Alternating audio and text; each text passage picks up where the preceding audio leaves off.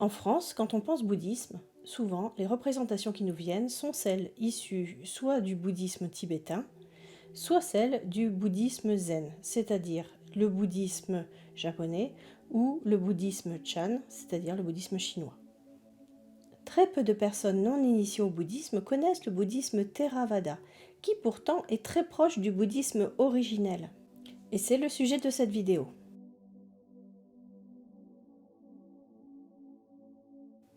La première chose quand on parle de bouddhisme, c'est peut-être déjà de comprendre qui était Bouddha. Celui qui allait devenir le Bouddha est né entre 630 et 560 avant notre ère dans le village de Lumbini, à la frontière entre le Népal et l'Inde actuelle. Il appartenait à la lignée des Gautama et était le fils du village. Après le décès de sa mère Maya, il fut élevé par sa tante Payapati, qui devient d'ailleurs la première nonne bouddhiste. Il se maria à l'âge de 13 ans avec Yashodhara, dont il eut 13 ans plus tard un fils, Rahula, qui lui-même deviendra moine. Grâce à son niveau social, il eut le droit à une éducation qui lui permit d'acquérir un cheminement intellectuel et spirituel dont ne bénéficiait pas la population. L'Inde à l'époque était dirigée par les préceptes du brahmanisme, qui était la religion majoritaire et qui favorisait le système des castes. Heureusement, le jeune Gautama grandit dans une tribu éloignée de ses influences brahmaniques, ce qui lui permit d'acquérir aussi une grande liberté religieuse. Le jeune Gautama se posait beaucoup de questions sur le pourquoi de la souffrance.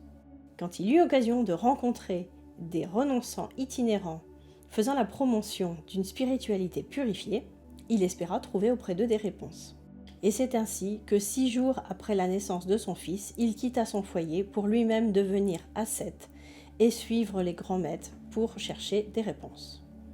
Il étudia ainsi pendant 6 ans avec les meilleurs maîtres, jusqu'à les égaler, mais ne trouva pas de réponse.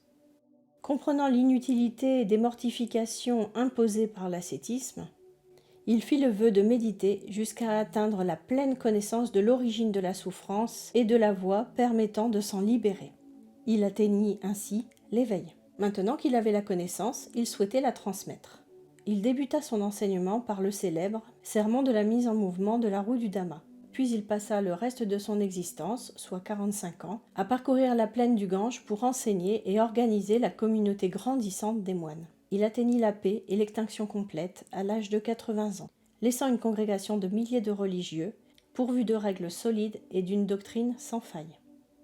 Puisque je vous ai dit que le Theravada est le bouddhisme originel, comment nous est-il parvenu ? Tout d'abord, pendant les 45 ans où Bouddha a prêché, les moines apprenaient son enseignement par cœur. Un concile a eu lieu peu de temps après le décès de Bouddha pour recueillir et préserver ses enseignements. Ils ont ainsi été récités oralement du 5e siècle au 1er siècle avant notre ère. La mémorisation était renforcée par des récitations communautaires. C'est vers la fin du 1er siècle avant notre ère que le canon Pali, recueil des paroles du Bouddha et des enseignements des disciples, a été écrit sur l'île de Sri Lanka au temple Aluviharaya. Il se divise en 3 parties que l'on nomme Pitaka, ce qui signifie panier, d'où le fait que le canon est souvent appelé Tipitaka, ce qui signifie 3 paniers. Le premier est le Vinaya Pitaka, le panier de discipline, qui traite des règles ou de la discipline de la Sangha, c'est-à-dire de la communauté des moines. Le deuxième est le Sutta Pitaka, les suttas ou sutras étant bien sûr les dictons. Ce sont les discours ou sermons du Bouddha. C'est le plus gros panier. Ces 2 Pitaka forment ce qu'on appelle les textes anciens du bouddhisme.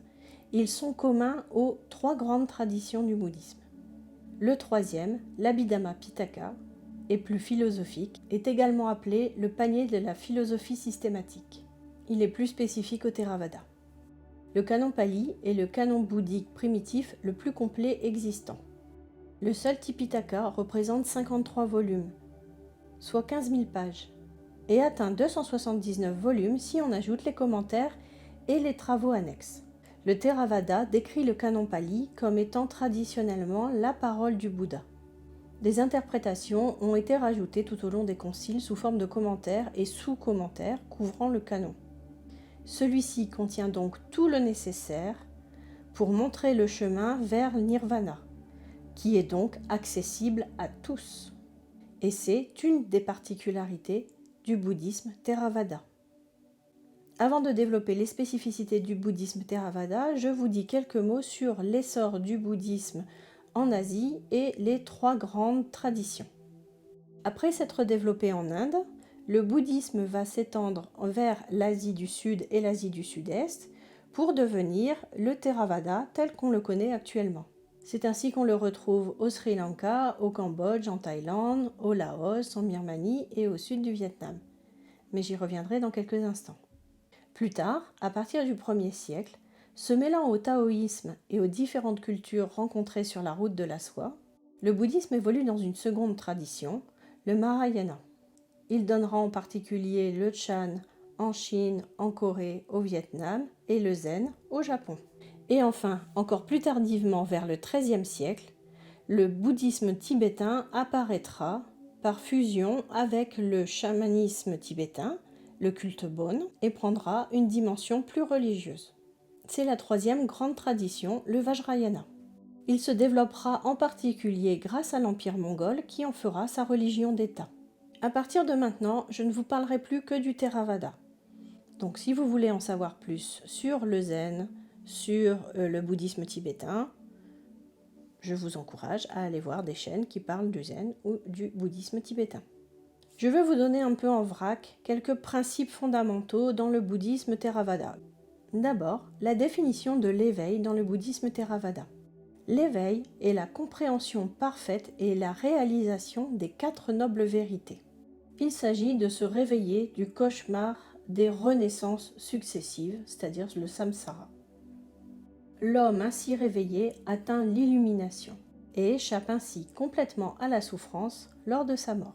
Le cycle des renaissances et des morts est donc brisé. Alors, petit retour sur ce que sont les 4 nobles vérités. Les 4 nobles vérités énoncent le problème de l'existence, le diagnostic et le traitement. En gros, c'est tout ce qui est essentiel à savoir pour un bouddhiste. La première, c'est la vérité de la souffrance. Toute vie implique souffrance, insatisfaction et le manque. Deuxième, la vérité de l'origine de la souffrance. Elle repose dans le désir et l'attachement, c'est ce qu'on appelle la soif. Troisième, la vérité de la cessation de la souffrance. La fin de la souffrance est possible. Quatrième, la vérité du chemin. Le chemin menant à la fin de la souffrance est l'octuple sentier, dont fait partie la méditation.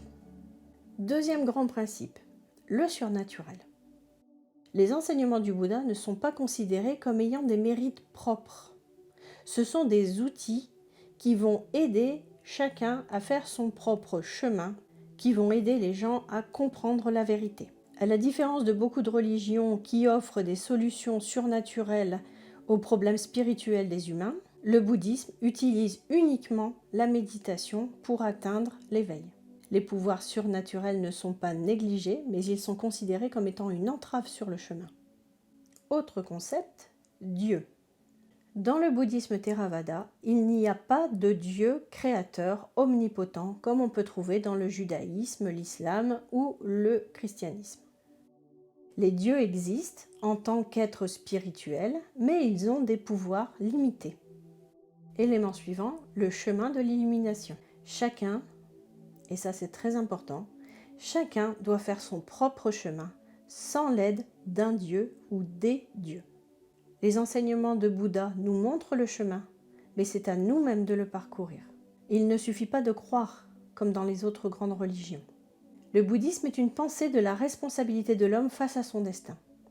Bouddha a dit « Le mal vient de soi-même, la corruption vient de soi-même, le bien vient de soi-même, la propreté vient de soi-même, la pureté et l'impureté sont individuelles. Personne d'autre ne peut vous rendre pur. » Le bouddhisme Theravada met l'accent sur l'autolibération par ses propres efforts. La méditation et la concentration sont des éléments vitaux de la voie vers l'illumination. La route idéale étant bien sûr de se consacrer à temps plein à la vie monastique. Un bouddhiste, moine ou non, va s'abstenir de toute forme de mal, ou tout du moins essayer, va accumuler les bienfaits, c'est-à-dire les actes désintéressés, et purifier son esprit, c'est-à-dire rejeter ce qui l'éloigne de la voie de la paix intérieure. Alors parlons un peu de la méditation. Bouddha a dit « La méditation est impossible pour une personne qui manque de sagesse.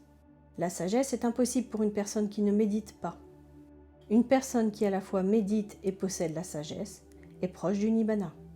La méditation inclut deux sortes de pratiques, le samatha et le vipassana. Le samatha est la première étape de la pratique de la méditation bouddhique. Il désigne la tranquillité de l'esprit, ce qu'on appelle le calme mental, et mène à l'atteinte de niveaux profonds de concentration. Le développement de la tranquillité consiste à méditer en se concentrant sur un point fixe, tel que la respiration ou d'autres objets. La concentration, appelée samadhi, est différente de celle qu'on utilise lors d'une tâche intellectuelle. Vipassana est la deuxième étape de la méditation bouddhique. C'est une pratique formelle, une introspection, comme par exemple la contemplation de l'impermanence. Mais là, c'est un petit peu plus compliqué. Dans le bouddhisme Theravada, la relation entre les moines et les laïcs est très importante. C'est un moyen de soutien mutuel. Les laïcs fournissent de la nourriture, des médicaments, du tissu pour les robes, et les moines apportent un soutien spirituel, des bénédictions et des enseignements. Les moines ne demandent jamais rien, les dons sont faits à cœur ouvert. Dans le Theravada, un laïc peut devenir moine pour un temps limité. 1 mois, 6 mois, 1 an, ou dans une autre mesure, un moine peut quitter la vie monastique, par exemple pour se marier, et revenir quelques années plus tard à la vie monastique. Voilà, je pense vous avoir donné les grandes lignes du bouddhisme Theravada.